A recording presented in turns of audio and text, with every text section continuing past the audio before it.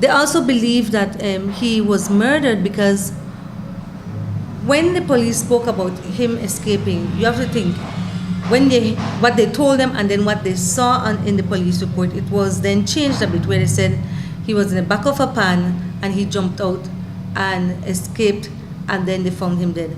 But you have to understand, the family got to examine the body. If you would be in the back of a pan, a moving vehicle now, going to a certain place, and if you know Placencia, you know all the streets there are paved or have stones or pebbles or so like that. And while that vehicle is moving, you jump out and you have your hand still cuffed to the back. There would be certain injuries. You had to sustain certain injuries that is consistent with the fall. The injuries he has is not consistent with the fall. It's not scrapes and scratches of that kind. It's bruises from literally being beaten. You could see bruise.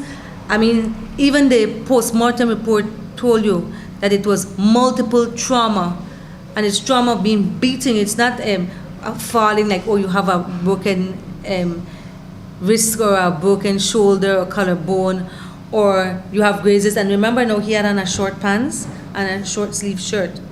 And if he had his hand at the back and he jumped out, if he jumped out with his feet alone, he would have been scraped up, injured. No injury there.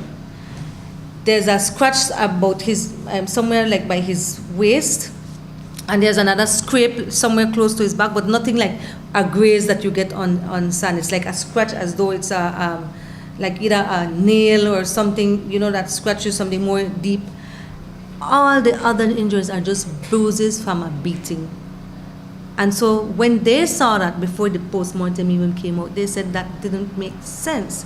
And then you could see from the handcuff all the digging in, the injuries on his hands. And he also had dark marks as though he was being burnt with something.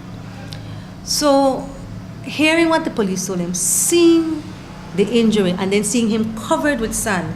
When they saw him, he had sand in his hair, sand.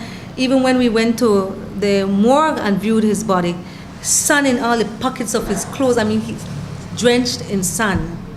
And I can say that because I was there firsthand to see it. So then it wasn't consistent with what was being told. And remember, the police told the family as well that he drowned, and they just found him in the water because some fisherman saw him. Far from it.